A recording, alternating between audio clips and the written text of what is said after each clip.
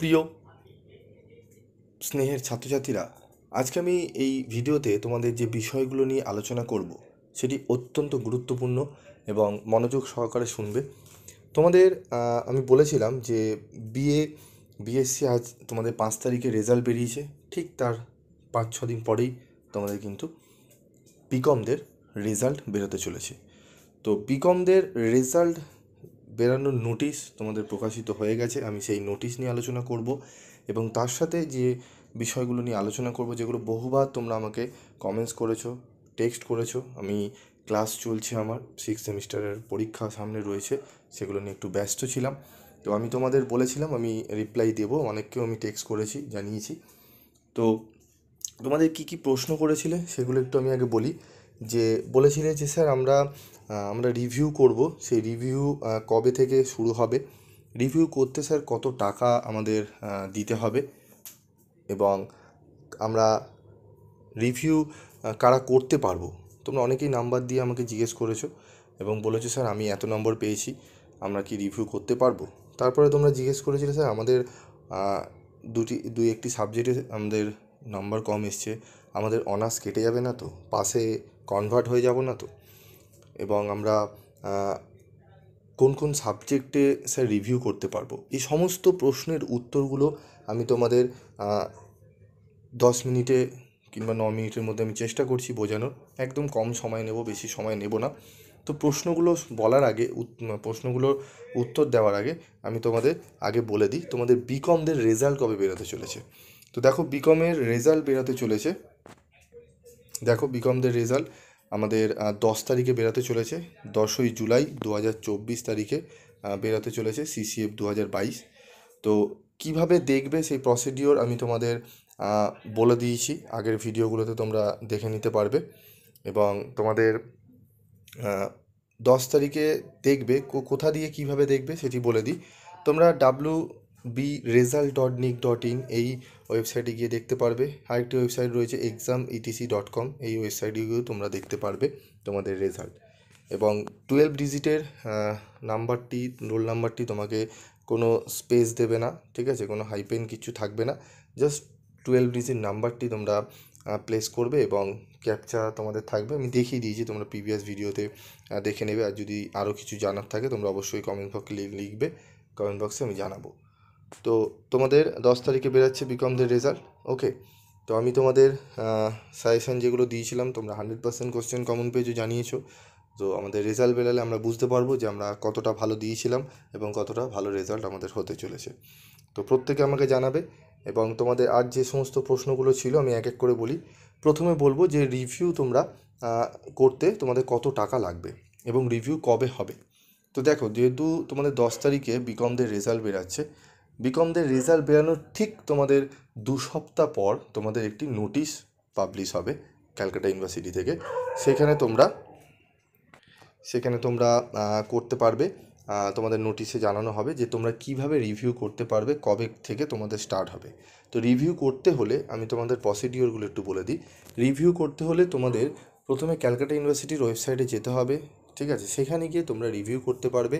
প্রত্যেকটা সাবজেক্টের জন্য তোমাদের 110 টাকা করে কিন্তু রিভিউর জন্য দিতে হবে। তোমরা যদি 2টি সাবজেক্টে করতে চাও তাহলে 220 টাকা, 3টি সাবজেক্টে করতে চাও তো এইভাবে তোমাদের প্রত্যেকটা সাবজেক্ট অনুযায়ী তোমাদের কিন্তু 110 টাকা করে কিন্তু খরচ করতে হবে, ঠিক আছে। তো তোমরা দেখে নেবে তোমাদের কোন কোন সাবজেক্টে রিভিউ হয়েছে। এবার তোমরা জিজ্ঞেস করেছিলে স্যার আমাদের common value added course, ENVS, IDC paper, এই সমস্ত পেপারগুলোতে স্যার সাপ্লি হয়েছে, আমরা এই পেপারগুলো কি রিভিউ দিতে পারবো। তো এই প্রশ্নগুলো তোমরা করেছিলে। এই প্রশ্নগুলো করার কারণ এই কিছু কিছু পেপার, যেমন IDC paper, common value added course, ANVS তার মধ্যে ছিল এবং কনস্টিটিউশন ভ্যালু ছিল, এগুলো তোমরা হোম সেন্টারে দিয়েছো। যার জন্য তোমরা প্রশ্ন করছো স্যার আমরা কি এই সাবজেক্টে রিভিউ দিতে পারবো। তো দেখো, তোমাদের এই বিষয় নিয়ে একটু বলি। যেহেতু নতুন সিলেবাস এবং নতুন নিয়ম তোমাদের সিসিএফে করা হয়েছে, হোম সেন্টারে তোমাদের পরীক্ষা হয়েছে, বাইরে গিয়ে তোমরা তোমাদের পরীক্ষা দিতে হয়নি। তো সেক্ষেত্রে যে পেপারগুলো বাইরে তোমাদের বাইরের সেন্টারে গিয়ে পরীক্ষা দিতে হয়েছে, সেগুলো তো অবশ্যই তোমরা রিভিউ করতে পারবে।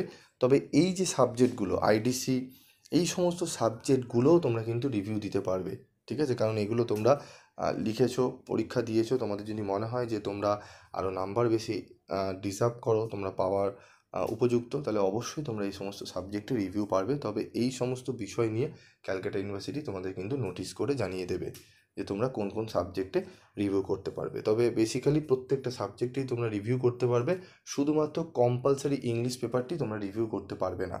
এমসিকিউ পেপারের কোনো রিভিউ হয় না, টোটালটাই এমসিকিউ পেপার হয়েছিল, তাই ওই পেপারটি তোমরা রিভিউ করতে পারবে না। বাকি সমস্ত পেপার যে সাবজেক্টগুলো রয়েছে তোমরা রিভিউ করতে পারবে, তবে নোটিশের জন্য একটু ওয়েট করতে হবে, ঠিক আছে? এরপরের যে প্রশ্নটি ছিল যে স্যার আমরা দুটো তিনটে সাবজেক্টে সাপ্লি পেয়েছি এবং কত নাম্বার, আমাদের এত নাম্বার পেয়েছি, অনেকে অনেক নাম্বার জানিয়েছো। তো আমি একটু বলে দিই যে কারা তোমরা তোমরা রিভিউ করতে পারবে, এই বিষয়টি নিয়ে একটু তোমাদের বলে দিই। তো দেখো, তোমরা যারা কনফিডেন্ট রয়েছে, ধরো কেউ যা পাস মার্কস তার থেকে হয়তো 5-6 নম্বর কম পেয়েছো, কিন্তু তোমরা কনফিডেন্ট যে আমরা স্যার যেভাবে লিখেছি, ঠিক আছে, আমরা পাস, আরও নাম্বার আমরা পেয়ে পাস করবো। বা অনেকে ধরো 75 নম্বরে পরীক্ষা হয়েছে, তোমরা ধরো পাওয়ার কথা যা পেয়েছো তার থেকে ধরো আরও 10 নম্বর 5 নম্বর তোমাদের বাড়ার কথা, ঠিক আছে? যদি তোমাদের এরকম মনে হয় তোমরা অবশ্যই রিভিউ করবে। এবং যারা বিশেষ করে 2 নম্বর 1 নম্বরের জন্য তোমাদের 5 নম্বর থেকে কম পেয়েছো, তারা অবশ্যই অবশ্যই রিভিউ করবে। যেরকম এক্সাম্পল দিই, ধরো তোমরা 50 নম্বরের পরীক্ষা 15 পাওয়ার কথা, সেখানে তুমি পেয়েছো 13, 14, অবশ্যই তোমাদের প্রত্যেককে বলবো তোমরা যারা এরকম নাম্বার পেয়েছো রিভিউ দেবে। এবং যারা মনে করছো যে না স্যার আমরা, যারা নাম্বার বাড়ানোর জন্য রিভিউ করবে যে স্যার আমাদের আরও নাম্বার আমরা পাওয়ার কথা কিন্তু নাম্বার অনেক কম পেয়েছি, তারা অবশ্যই তোমরা রিভিউ করতে পারো, ঠিক আছে?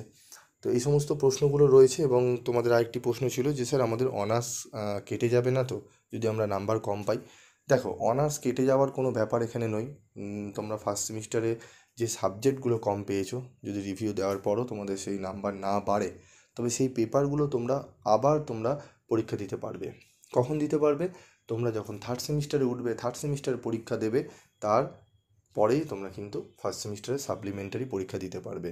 এবং অনেকে জিজ্ঞেস করেছো এই বিষয়টি নিয়ে যে স্যার আমরা কোন সিলেবাসে পরীক্ষা দেবো, আমাদের কি সিলেবাস চেঞ্জ হয়ে যাবে? না, তোমরা যেই সিলেবাসে পরীক্ষা দিয়ে সাপ্লি পেয়েছো বা নাম্বার কম পেয়েছো, সেই সিলেবাস দিয়েই, মানে সেই সিলেবাসেই কিন্তু তোমরা পরীক্ষা দেবে সাপ্লিমেন্টারি এক্সাম। বোঝা গেল? তো এই সমস্ত প্রশ্নগুলো তোমরা করেছিলে, আশা করি তোমরা উত্তরগুলো পেয়েছো। যদি আরও কিছু তোমাদের প্রশ্ন থাকে অবশ্যই করবে, আমি অবশ্যই তোমাদেরকে বুঝিয়ে দেওয়ার চেষ্টা করব। ব্যস্ত থাকি, একটু তোমাদের দেরি হয়, তবে আমি অবশ্যই তোমাদের কিন্তু প্রশ্নের উত্তর দিই, ঠিক আছে? ভবিষ্যতে তোমরা এরকমই ভিডিও পাওয়ার জন্য অবশ্যই চ্যানেলটি সাবস্ক্রাইব করবে। এবং এই সমস্ত গুরুত্বপূর্ণ যে তথ্যগুলো তোমাদের জানালাম, তোমরা নিজেদের বন্ধুদের মধ্যে অবশ্যই শেয়ার করবে। প্রত্যেকটা স্টুডেন্টদেরই জানা দরকার, ঠিক আছে? তো তাই জন্য বলবো তোমাদের বন্ধুদের মধ্যে শেয়ার করো এবং অবশ্যই চ্যানেলটি সাবস্ক্রাইব করে রেখো। কারণ তোমরা শুধু এখানে এই সমস্ত ডেটাও, তথ্যগুলোও জানতে পারছো না, তোমরা কিন্তু তার সাথে সাজেশান, নোটস এগুলোও কিন্তু পাবে, যেগুলো তোমাদের অত্যন্ত গুরুত্বপূর্ণ, ঠিক আছে? আজকের মতো ভিডিওটি শেষ করব, দেখা হবে পরবর্তী ভিডিওতে। সকলে ভালো থেকো, সুস্থ থেকো।